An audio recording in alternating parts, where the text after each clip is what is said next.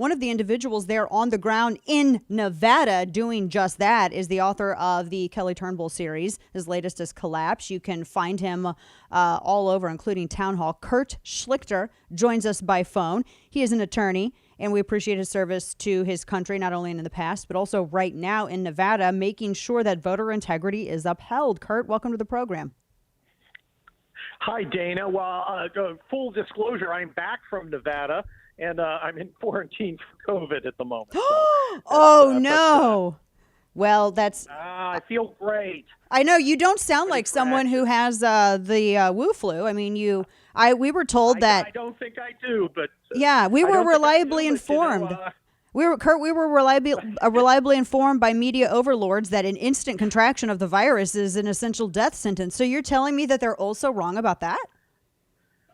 Well, it would seem so. I thought I'd protect myself by going out and protesting against things like America and patriotism and traditional values. I hear that confers a sort of immunity from the bug. So I'm looking at that option. I want to keep them open. Well, I love your devotion to science. I mean, it really is impressive. Speaking of science, the science the last thing I'm going to do is deny science. Exactly. Yes, correct.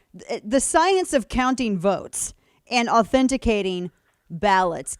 We've been talking with Adam Laxalt, former AG in Nevada, who told me last week, and I know that he's trying to raise awareness of this continuously, that, for instance, in Clark County and in other parts of Nevada, these machines that are supposed to verify the signatures on these ballots, there's hundreds of thousands of ballots, Kurt, that we are informed no human has laid eyes on.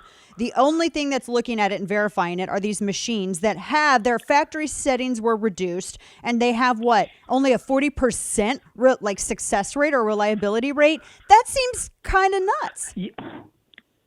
Well, that's the famous Agilis machine, and I was working side by side with Adam Laxalt. Yes, the Agilis machine's a real problem. What happens is when you have a mail-in election to validate the envelopes, not the ballots. The ballots are not individually marked. But you sign your envelope, and they send it in, and they compare that signature to your signature on file with the DMV.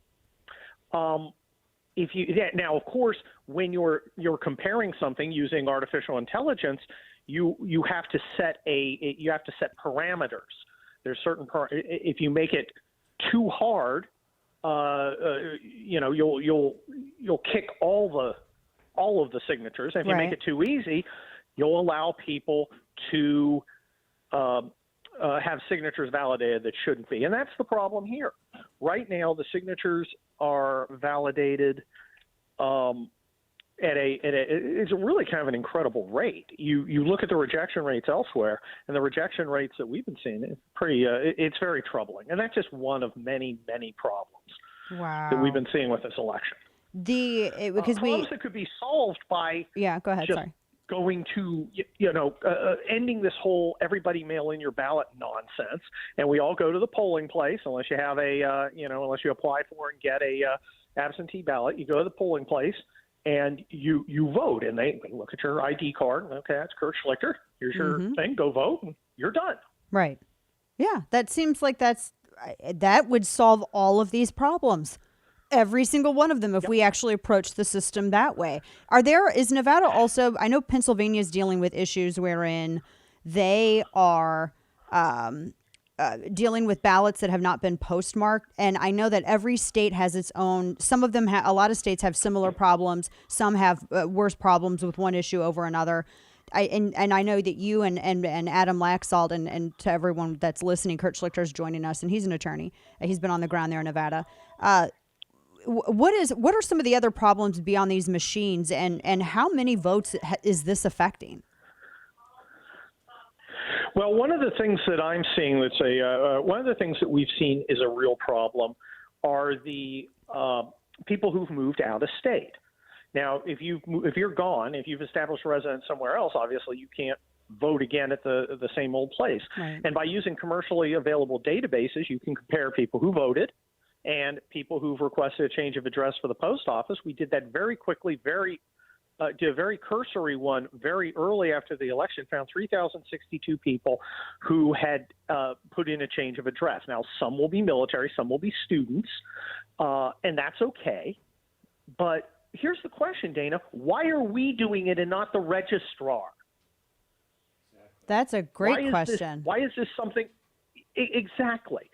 Look, the voter rolls are a disaster. The procedure's a disaster.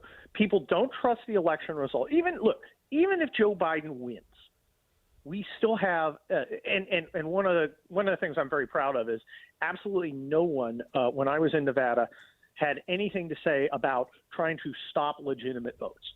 It was always, we want to count every legal vote. And if the legal votes came out for Joe Biden, okay, not going to be happy, but that's the way the cookie crumbles. But how can we have a system where people, a substantial number of people, do not have faith in it? Yeah. And that's a real problem. The number of votes that this is affecting, we're talking with Kurt Schlichter, author of the Kelly Turnbull series, The Latest is Collapse. You can also find him at Town Hall. From what I understand, there are 200,000 votes that were not able, going by some of the things that Adam Laxalt had said, there were at least some of these signatures, 200,000 votes that were counted with these lowered signature setting machines. The next 400,000 plus signatures, he said, were matched without any real observation. I almost can't even find words for, Kurt, is how anybody thought that this was acceptable when we're determining the future of our constitutional republic. How anyone thought, yeah, that's okay. We're just not going to look at him. I'm sure there's not going to be any mistakes that it was even legal to do. I mean, don't red light cameras, didn't they have like a higher, like a standard or a higher success rate, or were expected to in the court of law than these things? Well, you would think so. Look, people tend not to ask questions when they don't want to get the answer they don't want. The simple fact is, in these all the problems are in blue cities, run by Democrats, controlled by Democrats, seeking to run up the Joe Biden vote. And that's not a coincidence. They're doing everything they can, regular and irregular, to try and do that. And this is just another example of it. Why should they be picky? They want the maximum number of votes. And if people are suspicious over whether the election was fair, they have every right to be. We've seen declarations in Nevada of shocking irregularities.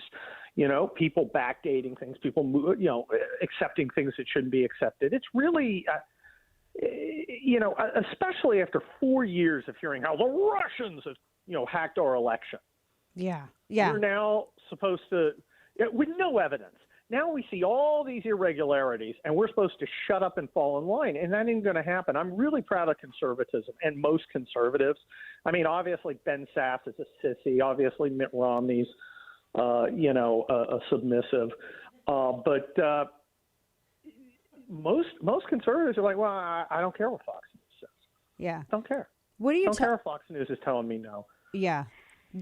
Where are we at with the votes? I mean, how much ground has been gained? How many votes were found to have been do you have a number on that? I know it kind of changes as all of this goes on. I don't have a number. It's going to be determined in the courts. And, you mean not by the media? Kurt, I was told the media was going to determine this. Right? But courts? I was told that Fox gave it, Arizona to Biden. How dare you question it? I mean, it's in the Constitution that cable news determines this. I mean, for crying out loud. It's in one of those penumbras and emanations that you hear so much about. But yeah, look. Let's be realistic here. It's an uphill battle. At some point, we are going to go in and ask a judge to throw out what appears to be the result of an election. That is a big ask, and it's not unreasonable for us to have to provide huge amounts of evidence that comprehensively show the election was unfair. Keep in mind, we're doing this on a super abbreviated timeline. Right. A regular lawsuit could be 2 years, and you're doing discovery and everything. We're 1 week in, but we've already got pretty amazing stuff. So we'll see what happens, but let's be realistic. It is an uphill fight. And it's going to be very tough. And you look at these people, They're doing everything they can to try and shame us into stopping. They're threatening the lawyers who are working on the cases. They are silencing people. You know, if you bring this stuff up on some channels, you're immediately kicked off. It's remarkable. Wow. Unbelievable. But we're going to continue watching this and see how it plays out. And goodness, we appreciate your efforts there, Kurt. I mean, just giving all you can to make sure that voter integrity is upheld. Because this is, I think more people are almost concerned about this at this point than what's happening, honestly, with the White House, because now there's too many things that are raising too many questions. We're praying for you to get better, my friend, praying for you to have a quick recovery. Because I'm fine. You know what? I have a feeling nothing can keep down Kurt Schlichter. Nothing. We appreciate you, I can't Kurt. be stopped. I know. He'll be back thank out you there. very much. God bless you, my friend.